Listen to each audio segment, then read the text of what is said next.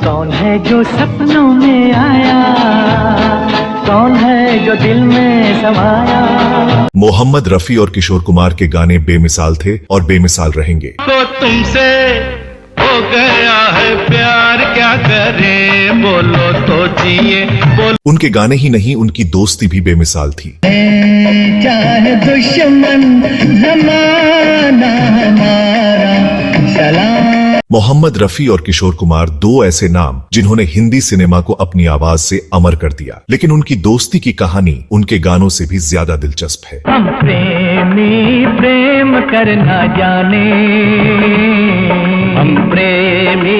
दोस्तों, जब तक रफी साहब जिंदा थे तब भी दोनों ने दोस्ती की एक से बढ़कर एक मिसाल पेश की, लेकिन जब रफी साहब गुजर गए तब भी किशोर कुमार उस दोस्ती को नहीं भूले। जब रफी साहब का निधन हुआ तब किशोरदा रफी साहब के पार्थिव शरीर के पास घंटों बैठकर रोते रहे। यही नहीं, रफी साहब के जाने के बाद कई दिनों तक गम में डूबे रहे। ओ साथी रे, तेरे बिना भी क्या जीना।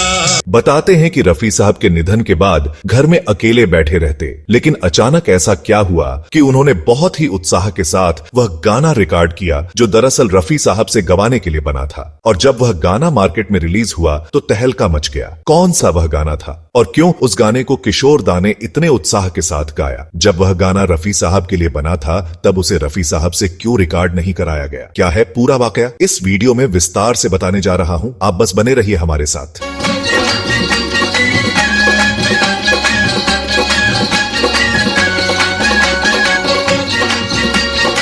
दोस्तों, मोहम्मद रफी और किशोर कुमार ये दो नाम हिंदी सिनेमा के स्वर्णिम युग के दो चमकते सितारे हैं। मिले दो कड़ी कड़ी एक जंजीर बने, प्यार के रंग भरो जिंदा कर। उनके गाने आज भी हमारे दिलों में बसते हैं और उनकी दोस्ती की मिसालें आज भी लोगों को प्रेरित करती हैं। सलामत रहे दोस्ताना हमारा बने।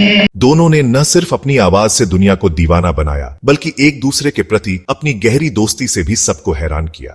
दिलदार का पागलपन, अल्लाह अल्लाह। लेकिन एक ऐसी घटना है जो इस दोस्ती को और भी खास बनाती है। एक ऐसी कहानी जो रफी साहब के जाने के बाद किशोरदा के जुनून को दर्शाती है।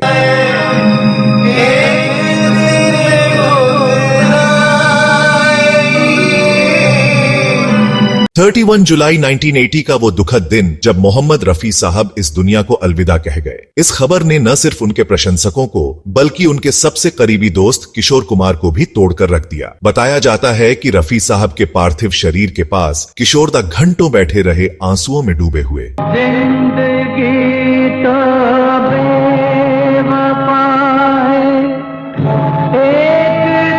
उनके लिए यह नुकसान सिर्फ एक सहकर्मी का नहीं बल्कि एक सच्चे दोस्त का था। रफी साहब के बिना किशोरदा खुद को अधूरा महसूस करने लगे। कई दिनों तक वे गम में डूबे रहे। रिकॉर्डिंग का मन था, न किसी से बात करने की इच्छा। इसी दौरान किशोरदा को मजबूरी में कुछ गानों की रिकॉर्डिंग के लिए कोलकाता जाना पड़ा, लेकिन उनका मन वहां भी नहीं लग रहा था। 2-4 गाने रिकॉर्ड करने के बाद उन्होंने म्यूजिक टीम से कहा, मुझे थोड़ा अकेला छोड़ दो। स्टूडियो के एक कोने में रिकॉर्डिंग रूम में किशोरदा अकेले बैठे थे, खामोश, अपने दोस्त रफी साहब की यादों में खोए हुए। तभी वहां आए बंगाल के मशहूर गीतकार मुकुल दत्ता। मुकुल दत्ता ने किशोरदा को इस हालत में देखा और स्टूडियो में मौजूद लोगों से उनकी मानसिक स्थिति के बारे में जाना। उन्हें पता चला कि रफी साहब की अचानक मौत ने किशोरदा को कितना गहरा सदमा दिया था। हिम्मत जुटाकर मुकुल दत्ता उस रिकॉर्डिंग रूम में गए जहां किशोरदा अकेले बैठे थे। किशोरदा ने उन्हें देखते ही कहा, मुकुलदा, रफी साहब नहीं रहे, अब गाने का मन नहीं करता। पहले जब गाना गाता था तो सोचता था कि रफी साहब इसे कैसे गाते, वे इसे सुनकर क्या कहते, लेकिन अब वे तो है नहीं। मेरे गाने अब कौन सुनेगा,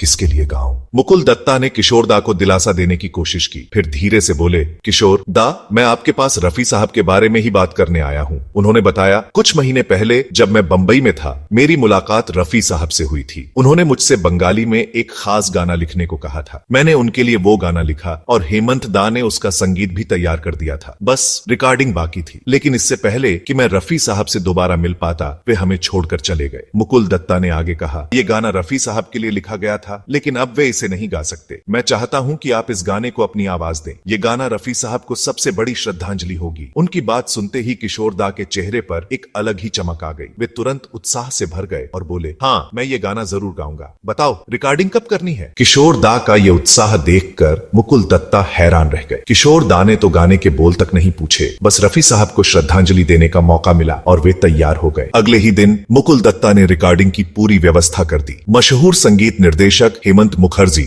अपनी पूरी यूनिट के साथ स्टूडियो में मौजूद थे। किशोर दा ने हेमंत दा से पूछा, ये गाना किसी फिल्म के लिए है? हेमंत दा ने जवाब दिया, फिलहाल तो कोई फिल्म नहीं है जो इस गाने के लिए परफेक्ट हो, लेकिन हम इसे एक प्राइवेट एल्बम में रिलीज करेंगे। और फिर उस स्टूडियो में जादू हुआ। किशोर दा ने उस गाने को इतने जुनून और भावनाओं के साथ गाया कि हर कोई मंत्रमुग्ध हो गया। वो गाना था एक अमर रचना जो एल्बम आमार पुजार फूल में रिलीज हुई। इस गाने ने रिलीज होते ही बाजार में टहलका मचा दिया।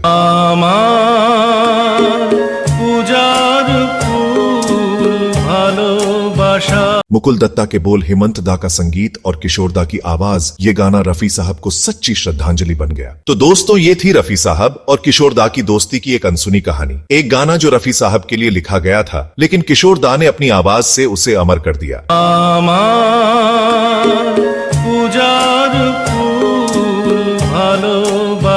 दोनों की दोस्ती ने हमें सिखाया कि सच्ची दोस्ती समय और मौत के बंधनों से परे होती है। आपको ये कहानी कैसी लगी? क्या आपने कभी ऐसा कोई गाना सुना जो आपको रफी साहब और किशोर दा की दोस्ती की याद दिलाता हो? नीचे कमेंट में जरूर बताएं। अगर आपको ये वीडियो पसंद आया तो लाइक करें, शेयर करें और हमारे चैनल को सब्सक्राइब करना न भूलें। फिर मिलते हैं एक और दिलचस्प कहानी के साथ। नमस्कार।